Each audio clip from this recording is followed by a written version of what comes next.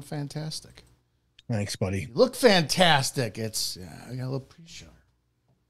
Yeah, that's right. All right, there, kids. It's Wednesday. The Rants of Izzo show here on Spreely TV. This is the pre-show for the Rants of Izzo. If you're watching on other formats, you may not get it. But for those who are watching on Spreely Video or you're listening on a podcast, you get the pre-show. And it's just housekeeping. It's all we're doing. Kind of, this would be stretching before you go for your heavy sets at the gym. That's all this is. Support the show. Best ways to do that is to tell people all about it. Share it. We're a stream of consciousness show.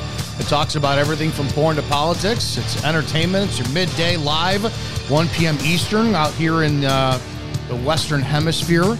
To support the show, you can share it. You could also go to rantsofizzo.com and click that donate button. We are 100% listener and viewer supported. If you want to get involved with the fellow listeners, there's a chat. I know a lot of you guys like to sit there and engage on your chats and whatever platform you're watching, but the only one that we pay attention to is the Rants of Izzo show chat that's over on Telegram. Over in the chat, we got Sarah Nichols, April Schoen, Kelly Wilson, Tamika Brown, Bev. I got to jump all the way to today. Yeah, April, you watching live today? Oh, that's kind of cool. All right, cool. Joining me today is one half of the fantabulous duo from the Burn Pit podcast, Maddie Wack. The Burn Pit podcast is a must-consume show. It's Mondays, 4 p.m. Eastern. What did you guys have? Who'd you have on this last week? This Must Monday. We had Dr. Alan Sabrowski on this week. He was a retired military gunnery sergeant, Vietnam War vet. He writes for a couple different publications. He taught at the Marine Corps War College, headquarters Marine Corps. He went to Johns Hopkins. I mean, this guy is a just walking encyclopedia of all types of information. We've had him on before, too, but great guy. Dad, I need to listen to that one. World War II era is the one that fascinates me and most people. And then you get to the Vietnam War era, and it's like that was obviously closer. It affected the people that I knew more. But that's a war that I think messed up a lot of people and the perception of our military. And I say all the time, I think Vietnam War is where the public got stupid and started turning on military. But at the same time, they questioned the government's motives for going to war. So, all right, we got 15 seconds. We're going live. We're having a show today, and we appreciate you joining us. Spreely.com. Go join the social media platform there and say whatever the F you want, because it's free speech.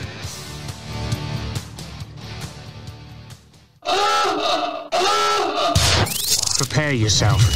The opinions of the host and guests on the show are exclusively just that, opinions. That means that they shouldn't be the cause of your state of being offended. Why does everybody get so butthurt? Okay, let's go. Ready, go!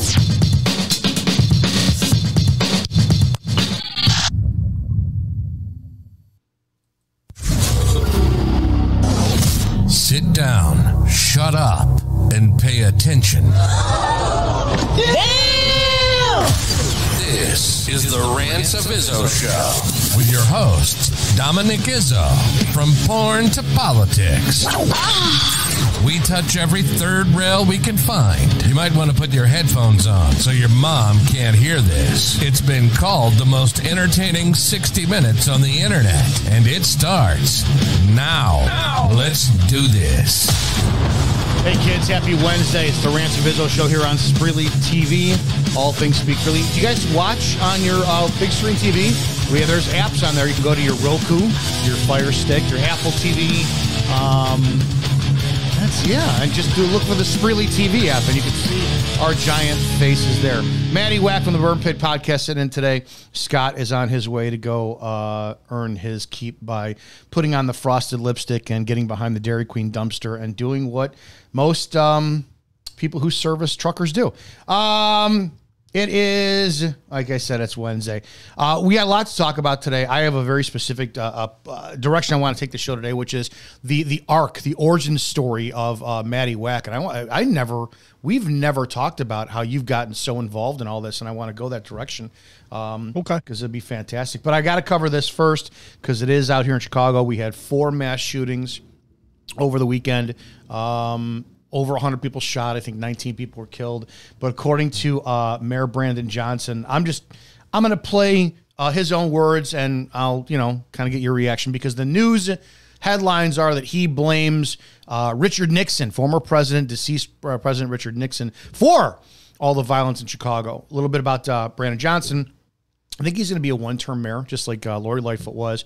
We have not had a Republican candidate, a Republican mayor. The last time was almost 100 years ago in Chicago. No Republican ever runs. The young Republicans of Chicago actually backed a Democratic mayor the last 2 election cycles. It's just a fucking joke here. But this is what Brandon Johnson has to say about the weekend shooting numbers. But the fact of the matter is, where there is most violence, that's where the poverty is most pervasive. And this is not just unique to Chicago. This is all over the planet. Where there's poverty, there's destruction and terror and torment. Now, as I said, I'll finish with this. We got to hold people accountable. But you know what my ultimate goal is to transform this city so we cut off the pipeline of boys between the ages of 10 and 19 being either victims or the perpetrators. So, yeah, it is personal.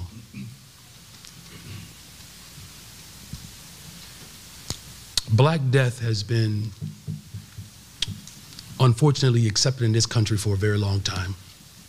We had a chance 60 years ago to get at the root causes, and people mocked President Johnson.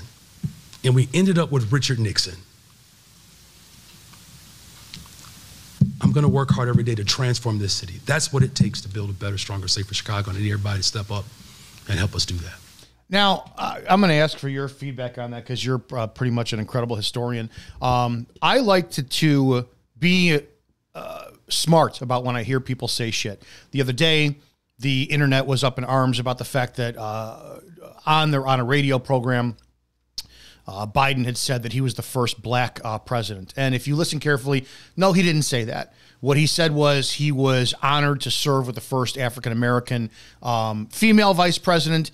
And it was the way we read, spell, write, and all this shit. There was a comma, and what he had said was, and to serve with the first black president. But of course, everybody takes shit out of context, and I don't want to be one of those assholes who sits there and says, "Oh, Biden said he was the first black president." Be stupid. Is this based on this? Is this a case of, is there accurate history in what he said, or is this another case of Democrats blaming everybody but themselves for a root problem? What did you make of this going around that, oh, here we go, another black socialist mayor in Chicago saying that Richard Nixon, he caused all the black violence? Yeah, I don't understand what he means by that, because he didn't even back it up with any type of statistical data, facts, or evidence. So I've never heard that one before. However, he did bring up Johnson, right? He brought up Lyndon B. Johnson, who was the man who ushered in the Great Society civil rights movement, right, which gave black families, black people in general, welfare. Okay, it just gave them a form of reparations called welfare. That being said, whenever you do that, you give them you encourage them not to work, not to try and raise themselves up, raise the black community up, because now you are on the government dole, sucking on the government teat. So the funny thing is, Lyndon Johnson is actually responsible partially, if not more than partially, for the detriment of the black community and black culture. Again, pre-1960s, pre-Great Society, pre-welfare state, the black family was more intact, and the men were at a higher employment rate. Those are just the facts. Yeah, and I've heard over the years, too, about the racist, again, that alleged racist Johnson was, and the concept for getting the black family on welfare was it's just a modern day of reliance. It's modern day slavery. Correct. So I completely understand that one. It's just dumb. I'm so tired what I'm tired of is I don't live in Chicago. I live 20 minutes away, and thank God. But the problem is the shit. And yeah, and this is everybody listens to the show. They listen to me critique the black community all the time, and because it affects my life to where I have to listen to it nonstop. I have to get up Monday morning, after a weekend, and then talk to my dad, and we scoff about the numbers of 100 blacks, over 100 blacks were shot in Chicago last week. And it gets to the point of like, wow, they're numbers. They're no longer human lives. They're numbers because of what their culture does. And then the incessant shoving down of my throat that because I'm a conservative white male that happens to be associated with a certain type of faith, it's my fucking fault. So I'm tired of this. I'm tired of people not coming to the table and saying, well, it's in a city of 2.8 million people that does affect all the suburbs around, because the crime comes out here. If anybody doesn't realize in the suburban area of any metropolitan city, your cops are not trained on any type of level to deal with the crime that comes out here. What I mean by that is Chicago knows their regulars. Every town knows their regulars. And when you're in like Chicago, for example, you got 290, 294, 55, or I-90. Your criminals will hop right on, come out here, commit crimes. The suburb cops have no idea who these people are. They're either in stolen cars or plates that don't come back to anything. A pursuit policy is not enforced. You got to terminate, and they go right back to the city, and nobody fucking knows what the hell happened. So I'm so tired of this shit. And then you have a mayor that says, poor black people, poor black people, poor black people. It's 2.8 million people. And the percentage of blacks apparently is the only thing that matters in Chicago. So I'm tired of them coming up and then saying, oh, well, let's blame somebody who died God knows how many years ago at a different party. I want to move on. I want to talk about a militia. I want to talk about what it is. I want to talk about is it necessary? I want to talk about the history, but not as in depth because that'll take, you could do probably 10 shows in a row on that. I want to talk about that, and I want to talk about how it started. So, we have you on every Wednesday. You're on with Scott Sieverts. We have a great damn time. It's a fun show for me on Wednesdays. But now I want to hear the ARC story. How did Matty Wack sit there and become so passionate about the Constitution, about the way the government should run? How did he become so knowledgeable about militias? What made you want to run for sheriff and get so involved? What you're doing when you really look at it is what you do. It's a sacrifice. You could easily be working out, or you're married, having fun, go riding motorcycles, going fishing, doing whatever. But you are somebody who I would have to venture is on a government watch list, or maybe several. And you are extremely passionate about this country and how it should be operated. Where did this stem from? Was it always, or did just one day you woke up and went, I'm fucking tired of this? Again, I think I mentioned this on the very first time I was on your show, but it was brief. To your point, it was brief. So basically, I've always been a kind of big in my late teens, early 20s on studying American history. I always had this, interest in it and the Constitution, the bedrock foundation of our country, because I always got into politics because of my dad, and Democrats were bad, Republicans were good, right? Liberals bad, conservatives good. And the entire purpose of the political scene, if you were to define it, conservatives wanted to conserve constitutional rights, American values, American principles. The liberals wanted to change everything. And for the most part, that was true. Now, fast forward a long time into the future, I started to notice on a personal level, just on stupid little things that happened to me, how I had no rights and how the police and the judges violated my constitutional rights. And I was like, this is not the way it's supposed to be. And it did not matter what you said, what you did, what lawyer you got, you would still be charged. You would still have to argue for your freedom back and grovel and beg in front of a judge for your constitutional rights to be restored for whatever you were charged with. And then that's when I kind of knew, because this happened to me on a personal level a couple times, I knew that there was no more political solution.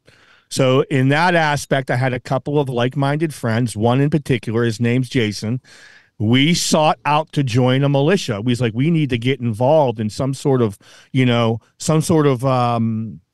organization that is, armed and ready to fight for their freedom like the founding fathers did, right?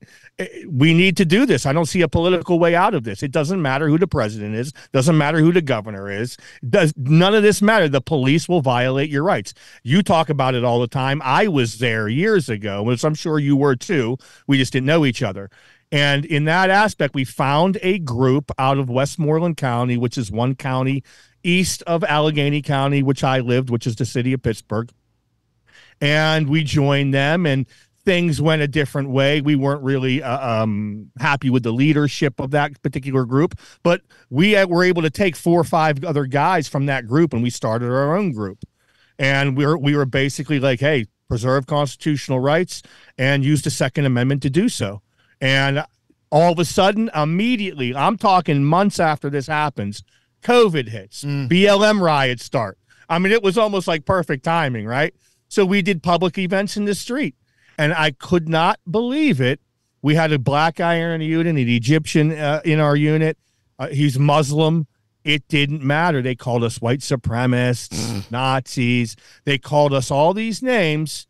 And I saw that most political figures on the right, conservatives, Republicans, actually steered clear of us, even though those are the ones who are supposed to be the ones conserving the Constitution, conserving American principles. Then I knew it was like over politically. There is nobody with a backbone.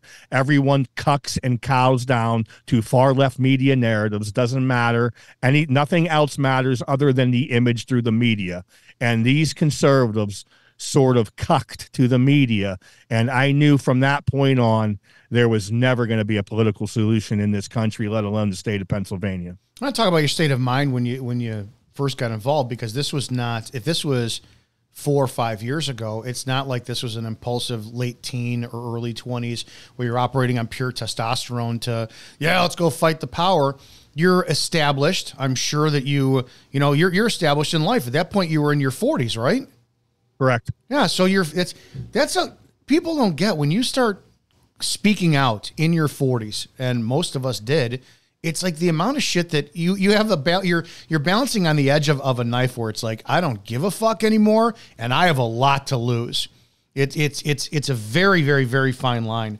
But when you initiate this action and getting involved in this, you have to what was your mindset where you're like, dude, law enforcement is going to look at me as the enemy? Because I'll tell you, before that I even paid attention to any of this, and it's like the early 2000s, and I'm a cop, and we're the only ones that are supposed to have, the tactical gear. And we used to mock. We had a great organization called Mobile Eye, which when we had massive storms, or I don't know, like a car hits a telephone pole and ComEd can't come out for 10 hours, instead of wasting manpower, we'll call Mobile Eye, and these guys will show up 2 o'clock in the morning, negative 30 degrees outside with a wind chill, and they will be out there. They love it. They love being activated. And we used to kind of make fun of them, because they got their walkie-talkies, they got their tactical vests, they got this, they got that. And that, like, years into my career, I'm like, no, these guys are helping us. These are the people you want. Like, wow, why am I shitting on these people? So, and when you start to look at militant groups, we used to sit there and mock them. But then again, as I got older, I went, no, these are the groups that could take us out, because 90% of us are lazy, untrained, out of shape, unknowledgeable, tactically fucking inept, because we go to our once a year rapid deployment training and nobody can fucking do shit.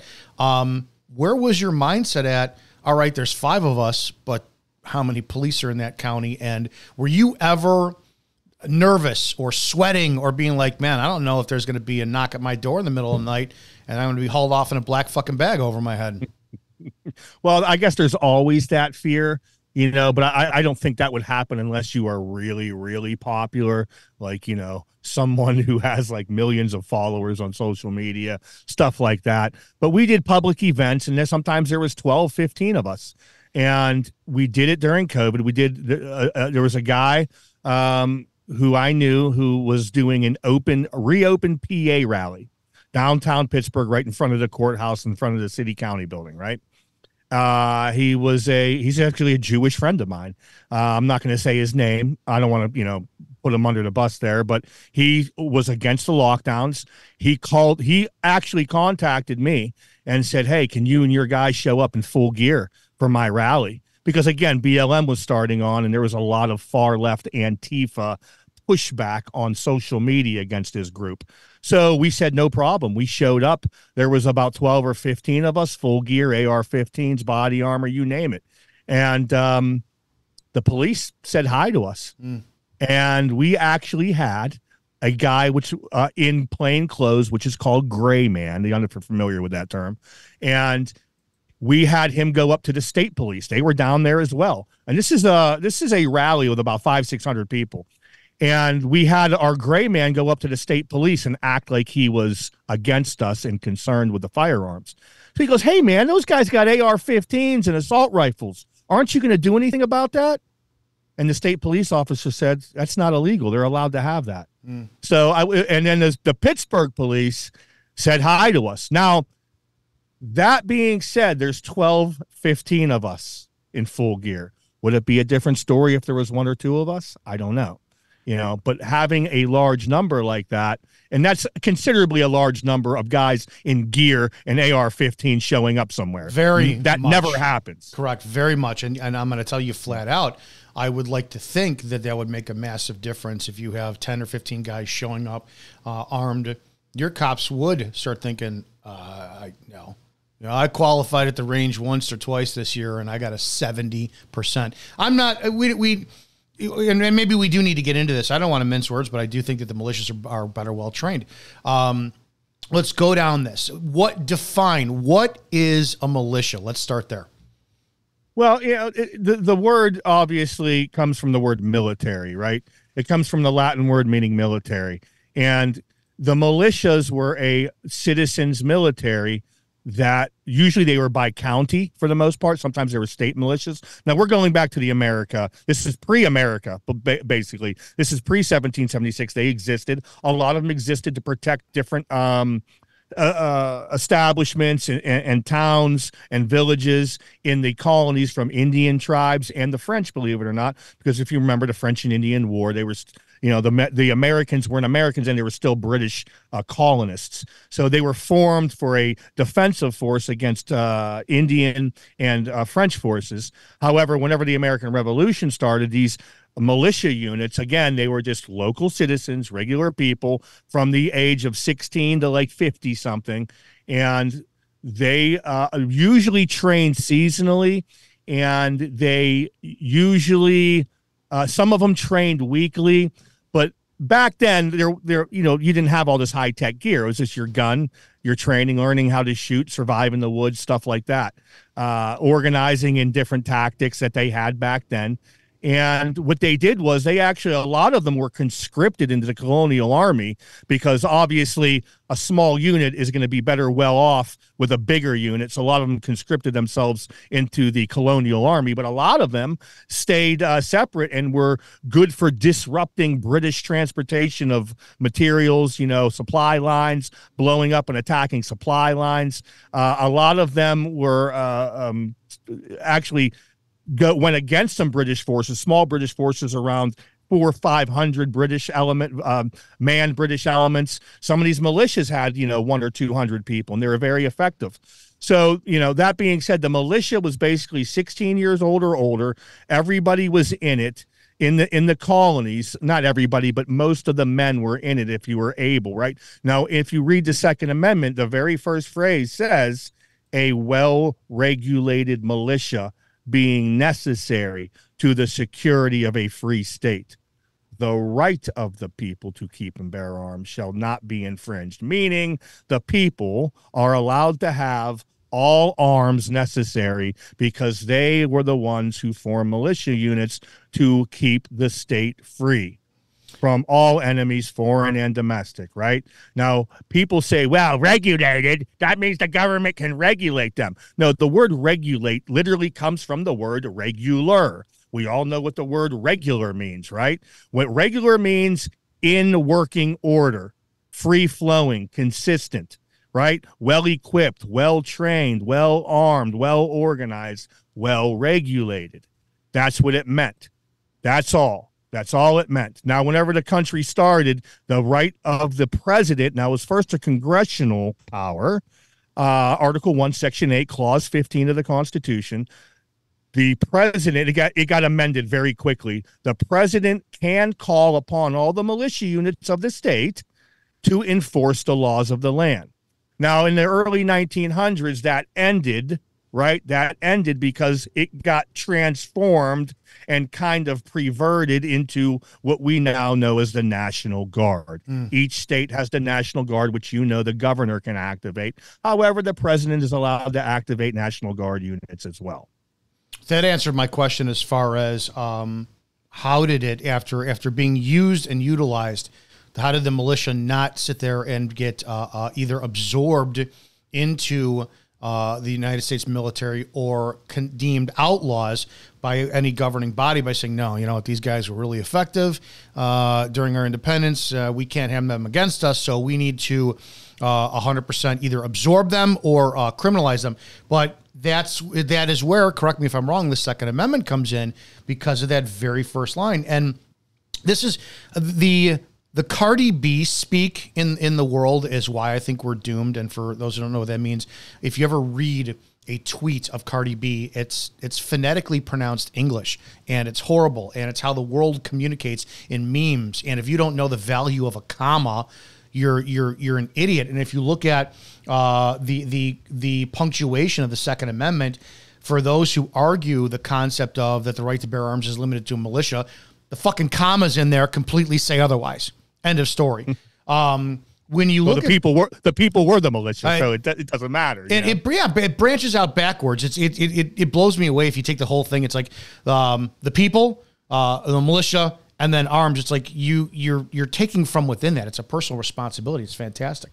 Did they ever try to, or what is to prevent people from looking at militia and honor them versus what I would venture to say most Americans do and label them extremists? Where in history was the turning point that we started to look at the militia and go, nah, they're fanatics, man. They get together on the weekends and, no, they're the ones like when I think of Bundy Ranch, I think of that's what a militia must be, right? Because I don't know the details of it. It's like the federal government went down there and had a standoff, and man, the Bundy Ranch, from what I've read and what I've learned over the years, no, there was the government who was the bad guys. So where do you think the turning point was that we saw these men who were necessary to keeping our freedom to the vilification of? Well, again, it goes mainly goes back to the media. The media can put whatever narrative it can out there, right? Whenever you have national media, right, through newspapers, radio, or through anything else. Now, this was never demonized in the first half of the 19th century, but the second half, whenever the government becomes more and more tyrannical, right, it starts to get demonized more and more. But people, on average, start to move away from that. No one's training in that anymore. Nobody's training in that anymore. There's no, they're like, oh, if I get drafted, I get drafted, because the draft happened after World War I. So it doesn't, it's not even in the American culture anymore to do that. Everyone's working, finding new jobs, building America up, starting families, doing extracurricular activities. So being in a militia, they didn't care anymore because the government had a strong enough military, especially after winning the First World War. They weren't worried about invasion or anything like that. People weren't really worried about government tyranny. They, for the most part, they weren't. Did they not like the banks? Okay, prohibition, but those were in the cities, and you had the mobs fighting the government on that, which in my opinion, the prohibition is unconstitutional. But either way, there was no aspect there for people to like desire to be in a militia and train like that. If they wanted to do that kind of training, they would join the police or they would join the military. Yeah, that's the whole good times create weak men stuff. Well, the militias are often thought of as more rural than urban. Why? I want to go that route for a second, because I think about it. I don't think there could be a well-regulated militia in like the city of Chicago. I think it would be too chaotic. I think it would be ineffective. I think there's just too much division and obviously gunfighting and whatnot.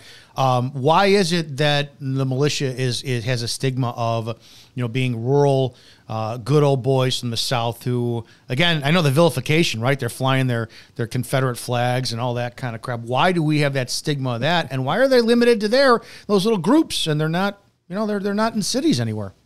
Or are they? Are they in cities?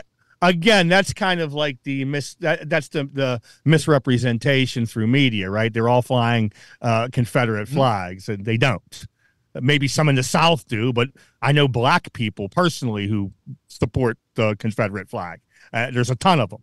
Dukes of Hazzard had a Confederate flag on their car. Of course, they pulled that off the air in 2015. Stupid. But regardless, these people have "Don't Tread on Me" flags, right? But they're in rural areas because it's easier to train out there. You can't have training grounds within an urban area, right? Especially if you're doing live fire shooting. So you have to be in the rural areas. That's just where it's more prevalent. No one's going to stop them. Even the local law enforcement in rural areas are kind of friendly and supportive of that. But again, you have guys, and this is just my experience, because whenever I joined the militia, I got to meet literally all over the East Coast and even some out west. I got to meet many militia units. Most of these guys were boomer, out of shape, hicks, very poor. And listen to me, I'm a militia guy, but I'm going to sit here and talk shit on the militia in general. And these are just different groups. Every group's different.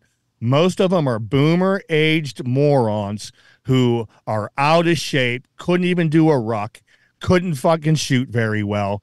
Some of these guys are just not very courageous. They want to be in the militia just to say they're in one because it's cool. They don't want to show up to any public event. I don't know, Dominic, if you remember in January 20th, 2020, Governor Northam of Virginia tried to pass 6 huge anti-Second Amendment laws because he just got elected, and it was lobby day, as every January 20th is lobby day. This was in Virginia. Huge Second Amendment rally, biggest Second Amendment rally in American history. There was about 75 to 100,000 patriots showing up for that. They actually had to put 2 perimeter fences of chain link fence around the governor's mansion there, not to mention DHS, FBI, and ATF were there. We were snipers on top of the roofs. We were there. We showed up.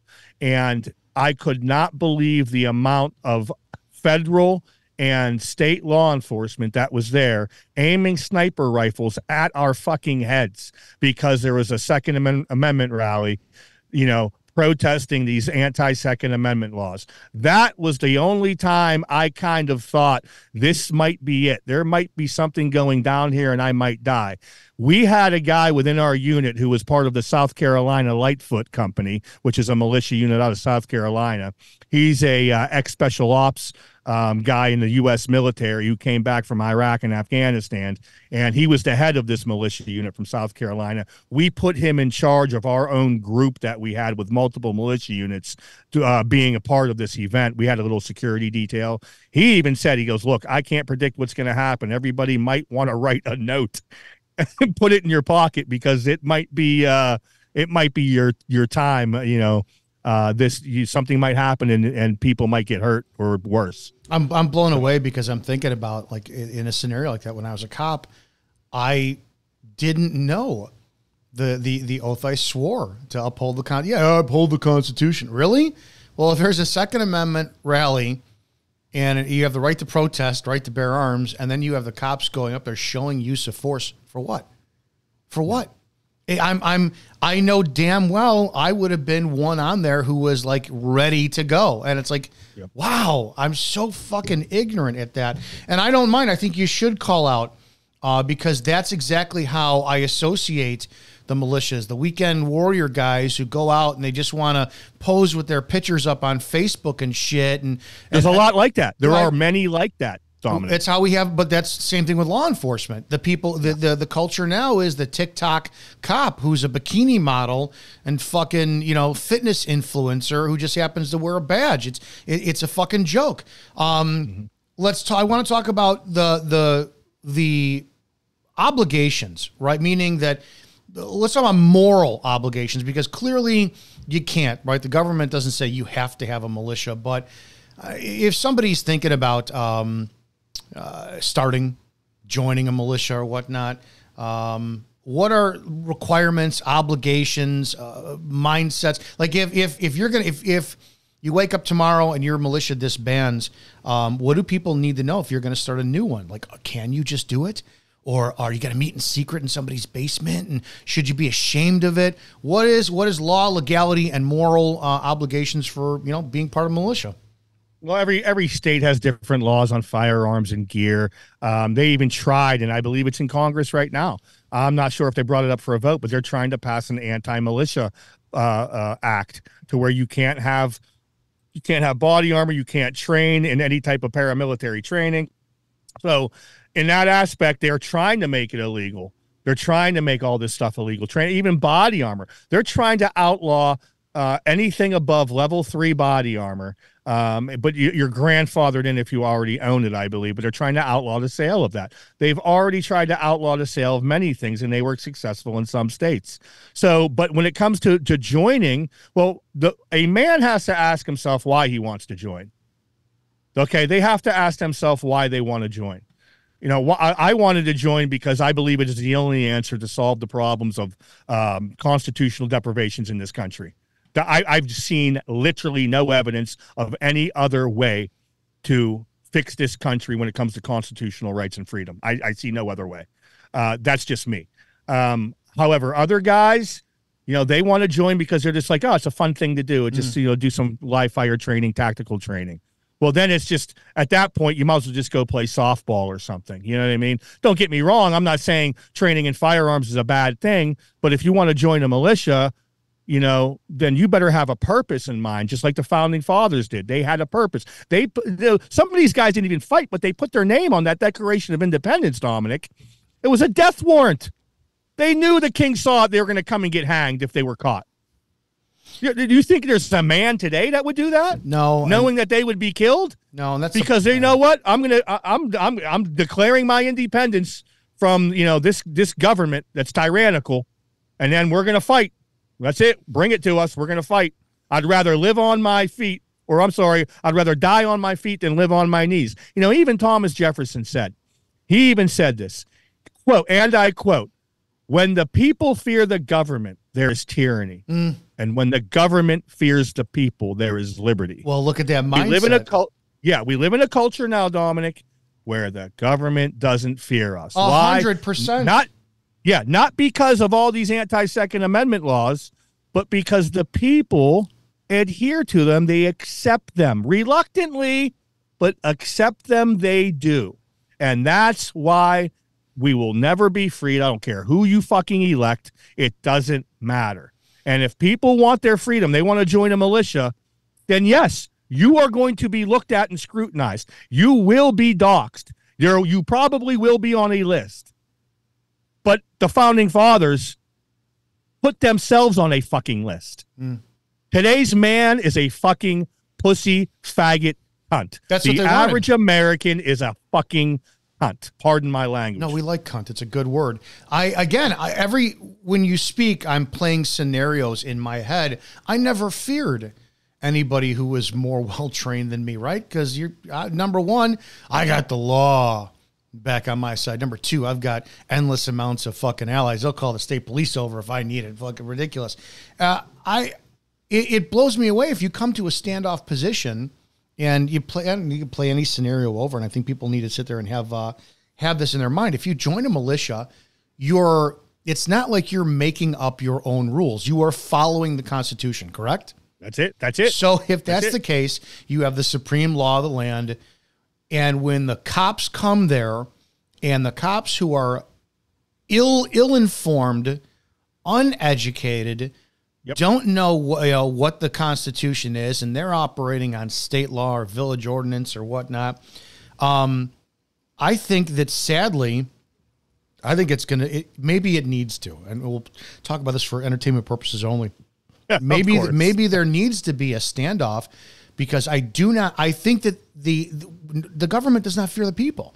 I think that the government needs to say, wait a second, and it has to be public from start to finish. Cops go over to X, Y, and Z. Militia didn't back down. Gunfight ensued. And then in the investigation afterwards, the United States government determined that the militia was 100% lawful in the execution of their duties. And if cops died during that, no criminal charges are going to be filed, because it was 100% lawful. I think if that happens, sadly, that's the only way anything starts to go back the other course. And I don't want to see it happen on a massive scale, because it'd be too chaotic, too unorganized. But I don't see any other way outside of that, by cops knowing, okay, and I think that could transcend all the way into, a conceal and carry state like Illinois. And before a cop goes and pulls somebody over because they want to get in the car and they create the probable cause, by the time they walk up there, the driver knows, man, I didn't speed. I used my turn signal. I've got no equipment violations. I'm being pulled over for an unlawful, an illegal seizure. I'm going to defend myself. And maybe the cops need to see what happened in Anytown, USA, where there was a battle between a militia and police, and the police were proven wrong. And they go, shit, I need to do my job according to the Constitution now. Maybe it needs to come to that. I don't know, but I don't see any other way outside of it. Maybe. No, I would say definitely. But again, your average man, fears law enforcement. Even the hardest patriotic, don't tread on me, Molon Labe flag carrying cuck, he still fears the government. And I understand that, right? Because again, you have this armed gang of men who are financed to the highest level, not just with their pay and their pension and their benefits, but with all their equipment. They have carte blanche on whatever they do. Most likely the judge, a court, the governor, the attorney general's office, they're going to side with law enforcement. Doesn't matter how wrong they are, how much constitutional rights they violated. Half these people in government positions were the ones enacting constitutional violations, writing them, enforcing them, and ruling in favor of them on the judicial level. So I don't think you're going to have a situation where militia's going to be in the right, so to speak. However, it might happen in a rural area, but this. We just spoke about this. All of your main problems are in the high concentrated urban areas. That's where the main issues are. But, even suburban areas, you just don't have that type of man. They don't organize for this. It's expensive, Dominic, having multiple weapons, good optics, all your gear, your plate carrier, your duty belt, magazines, training every week, using hundreds of rounds training. If you have night vision, a suppressor, you have to have, extra backup equipment. You have to have your rucksack, your hydration system, all your BDUs. Taking time off of work to go on, these field training exercises that we would do on the weekends, going out of state to do certain tactical training courses. It's expensive. And since we're not financed as citizens, it comes out of our own pocket. And even the guy that wants to do it, well, I got kids. My daughter's got ballet lessons. I got to go to my kid's soccer game. I can't be in a militia. I'd just rather vote. Well, that's where I want to go to, is let's talk about the person doing it, because how do you vet people? You got somebody, I said this a million times. The reason why the military takes 18-year-old men is because, or 18-year-old boys now, is that I was eager to please at 18. If you would have said, hey, listen, there's 40 bad guys up over that hill. Here's a pack of C4. Go over there, run up it, throw it at them. There's a chance that you might die in the process. I'm fucking doing it. Now I'll go, don't you guys have drones or shit? I'm not fucking doing that. So when it comes down to militia, you got, here's how I view it. You've got two types of people who want to do this. The younger guy who I just described, who got rejected from the military or didn't pass any law enforcement psych test, so he's a fucking psycho. And he just wants the guns, and he just wants to go out and kick ass and do this. He's kind of off his fucking rocker. Or some guy with a pot belly who's in his 40s, wants to get away from the wife a little bit. He's not going to take fucking orders when the shit hits the fan. He never came from any type of structured military shit. How are you finding personnel for a militia that actually fits into the ideals and the concepts of what's needed for a well-regulated militia? Because when it goes back to well-regulated, you're talking about a well-oiled machine, man. And that's got to be well-oiled by people who know their responsibilities, know their jobs. And if you say, hey, do this, they say, yes, sir, I'll fucking do it. And have no problem by saying, well, I'm not in the military. Well, you're in a militia. How do you find the right person? Well, we would, whenever we started, we had a website. We took the website down, but people, word of mouth, like somebody knows somebody that wants to join, or it was people would email us, because we did at one point have a Facebook page. Obviously, that got deleted. We had an Instagram page. Obviously, that got multiple times it's taken off. So it was difficult to find people in general. But if word of mouth, people came in, they would join. Then they would just be like, well, I don't want to do public events. Okay. All right. So you just want to shoot guns with us and train with, you just joined us to shoot guns. Yeah. So you have people like that. Then you have people that were kind of serious, but they're just like, when something happened or we had to go out, like, you can wear a mask if you want to. No, I can't go. Oh, I can't train this week. I got, I got to work late. And there was always a family thing, work related thing, and people wouldn't come to training. And so they wanted to do it in their heart, I believe, but the will wasn't there. They didn't have the will and drive to do it. They wanted to do it, but they didn't have the will and drive to do it. A lot of guys had government jobs. A couple of guys were police officers, and they would quit because they don't want to be doxxed in the media, especially with the BLM stuff. One guy was a jail guard. He quit. You don't want to be doxxed in the media. I can't lose my job. I'm in a militia. Militias look bad. God, so wouldn't that be the 18-year-olds? Fuck, man, I'll take them all day. They got balls. They're not scared. The man who enters the arena and loses, Dominic, is 100 times the man who refuses to enter at all. How much more would that benefit militias if more active police officers and correction officers joined? Because something tells me that they would have to have a far greater knowledge of the Constitution, which then would translate into their jobs and probably make them better fucking cops.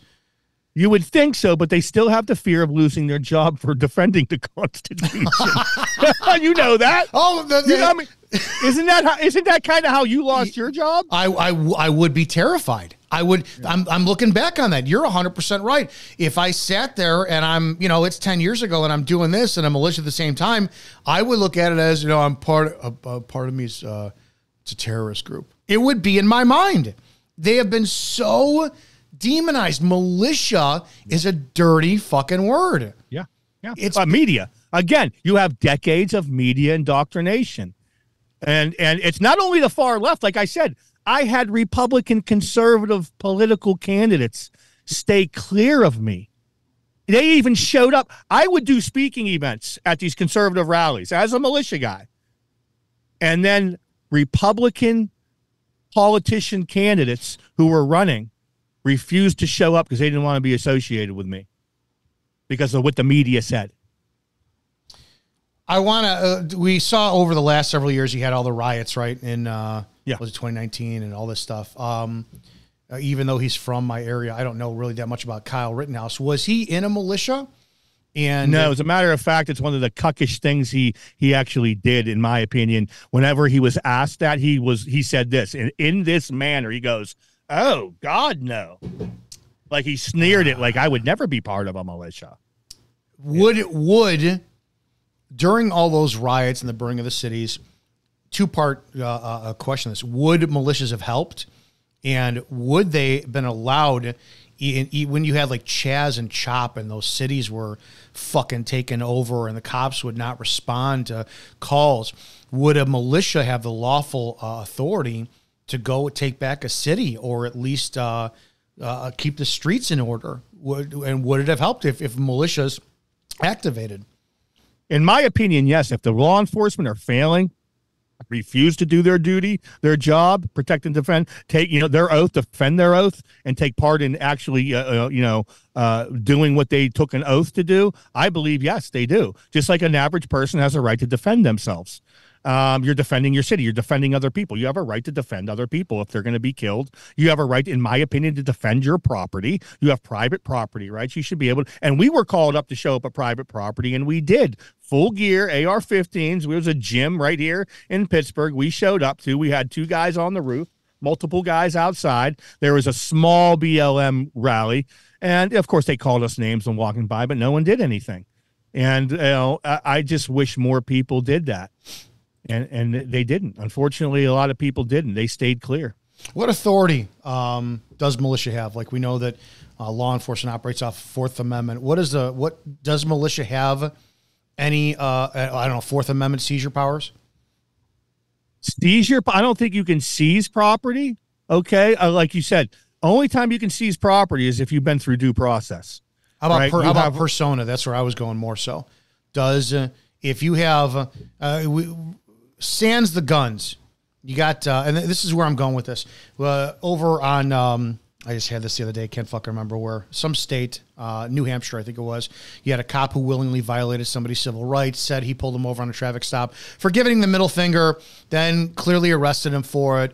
It got overturned. The state police had to pay $175K to this guy. The cop was allowed to retire. He was a sergeant. And the stop where it happened within that county, the county district attorney, who's a fucking priest, didn't issue any charges yet. And the sheriff of that county, which is another fucking joke, he's actually stripped of police powers because he was on, I guess, on video kicking a handcuff subject, and he's still under investigation. My bitch is always when a cop violates somebody's civil rights and it's proven, the cop is allowed to retire, keep their pension, and they can go to another department. No district attorney or state's attorney will initiate charges to hold that cop responsible. Now, I know it's state, and it should be a federal charge because it's violating their constitutional rights. Can a militia say, all right, you just released Sergeant so-and-so. Now he's disgraced Sergeant so-and-so. He clearly, there's all the court documents out there. You guys fired him, or he was allowed to resign for violating somebody's constitutional rights, violating their Second Amendment or First Amendment. That's it. The militia now is going to take the matters in their own hand. They're going to seize and take this person to the prosecuting county of its choice. And just like the cops do, file for a warrant, file criminal charges. Is there any lawful grounds for that to start happening? So maybe cops are held a little bit more accountable lawfully for the shit that they do, because no one's holding them accountable. Yeah, I would say yes. However, they still have due process, right? So if you arrest them and charge them, right, and you hand them over to, like, let's just say it was a magistrate or whatever local judge would immediately see them or whatever. Now, the jail or whatever police department you take them to would have to accept them and throw them in prison. Okay, you can file charges, but they just be like, release on their own recognizance. So you can file the charges, but then the judge can just throw the charges out. Again, it's a step in one direction. Maybe there needs to be this. I'm baffled. You and I do shows at least once a week when Scott joins us, and it always goes down some police path. And I'm just like you with you and the out of shape militias. I'm disgusted at cops in 2024 who still don't know what their fucking job is. But do we have? Is that the militias? Maybe a responsibility within the militia to start holding police more accountable and say, listen, no, we're not coming after you with guns, but we're going to come after you and seize you. And since you won't charge, or they'll put the pressure on local government to say, start criminally prosecuting these men who swear an oath to uphold the Constitution and violate people's civil rights. Because there has to, I guess I'm looking for one more avenue before violence ever breaks out. And maybe the threat of violence the same damn way the cops do. You know, Yes. oh, you got to be nice when you deal with the cops on traffic stops. No, you fucking don't. Well, if you're going to be so afraid and be cordial to them because you're worried about them flexing their power towards you and ruining your life or taking your life, maybe the police have to be a little bit more afraid of the fucking militia and the people. Yes. And this would work if you had enough people within your municipality or county or whatever to go along with this. They're like, oh, you want to charge me with this or you want to do this? Okay, well, we got 100 people showing up with AR-15s and body armor that says otherwise. And if you don't like it, then okay, let's have the fight. Let's get it on. Well, it has to go up the chain, right? Well, all right, we brought John Doe to the courts. Judge said no. Next step is the judge. Sorry, you swore an oath to the Constitution now, and I do see that escalating because it's a threat of violence. To your point, the judge must be scared of the people because there will be liberty. So the police must be scared of the people or there will be liberty. You know, the legislators must be scared of the people for there to be liberty. Whenever the government fears the people, there is liberty. And the only way to make the government fear you is by the threat of force. Okay, that's it. I don't know how else to scare somebody. You know, you can say, oh, well, money, we'll seize your bank. Okay, well, don't do that to me. All in all, like, oh, okay, you can try and take my money. I'm just going to shoot you in the face because violence overrides everything, as you know. Violence isn't always the answer, but history has proven that it always has been and always will be the final answer. You've seen this, the pussification of men across the board. It started in the 80s, and I talk about this. I'm a big pop culture guy, and a lot of my references when I try to convey a point are always gone back to movies. And there was an 80s TV show called Dream On, which was like one of the first cable shows. I remember. Yeah, I remember and Martin Tupper, whenever he would have an association for something, would have flashbacks in his head to TV shows he watched in the 50s as a kid. Same way my mind works. Dude, we had the jock and the machismo guy was vilified in the 80s, and he was portrayed to be stupid and dumb, and the little Lucas pussy soft one, he's the one that is the real man that'll be changing America, and that's where we're at fucking right now. We're seeing the ass end of that effect going on. I don't know if you answered this, does a militia need to be registered with a county or state? No, absolutely not. No, okay. There's nothing in the Constitution about that. Because then you would be mandated to be regulated by your state, and then that's kind of negates the point of adherence to the Constitution. Yeah, there's no Constitution. Again, shall not be infringed. Wow. I think maybe I'd like to see a militia that does start. And I don't know what the steps would be. Working with local police and say, listen, hey, we're X, Y, and Z militia, and we saw this, and this is going on. You got an officer who just violated civil rights, and we saw that you allowed him to retire. That's a criminal charge. We want this prosecuted. And then what would happen when the state's attorney says, no, we're not doing that, or the police department says, no, we're not doing that, or the judge say, no, we're not doing that. You have one of two options. You can either go, all right, well, fuck this, turn around and go home, or you can go, hey, we're at war right now. Just let you know, you and us. And you're going to fucking do it. Because I don't see, the time for talk, dude. You can't take it to your fucking local congressman and say, hey, we want to hold police accountable. Okay, we're going to form another COPA, Citizens Accountability for Police Enforcement. It's like, it's a fucking panel. It doesn't do shit. Right. That's my biggest thing is, I think that when the shit hits the fan, it is the militia who will survive. I think it's the cops who are going to double down, triple down for their paychecks. You already saw it. You saw it. Yeah. COVID was the proof.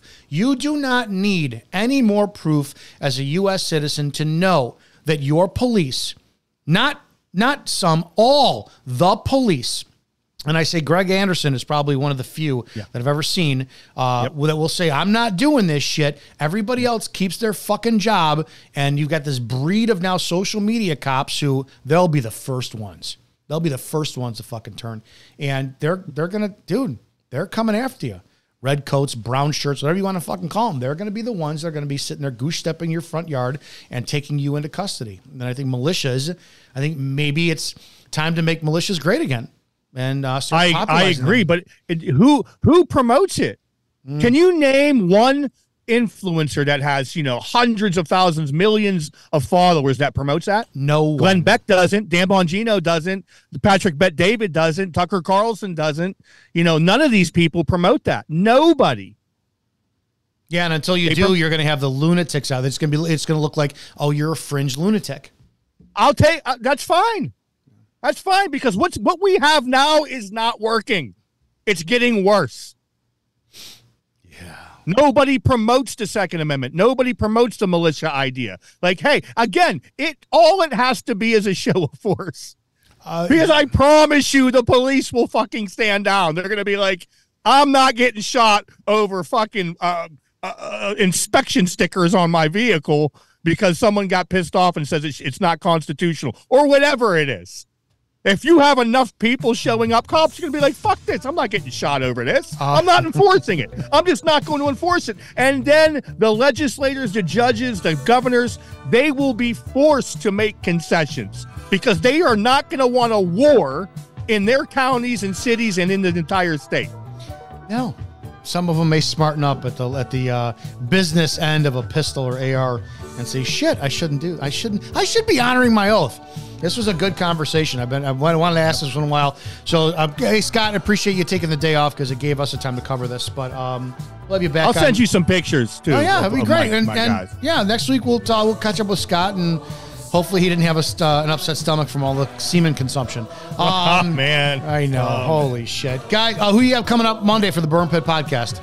I don't think we have a guest. It's just going to be me and Scotty next week. Always a good time. Mondays, 4 p.m. Eastern, the Burn Pit Podcast. Check out Maddie Wack, Scott Sieverts, the Burn Pit Podcast over on all social media platforms. And, of course, Spreely.com. Guys, it's your Wednesday show. I think I got to see who's in tomorrow. It's either Lola or it's Jen, one of the two. I don't know. We'll find that one out. Have a great damn day. Go to Spreely.com. Check out all the ways and things and means you could do to support the show. And we'll see you guys tomorrow. Go out, do something great for somebody today and help them. And if you can't help them, just don't hurt them. See you guys.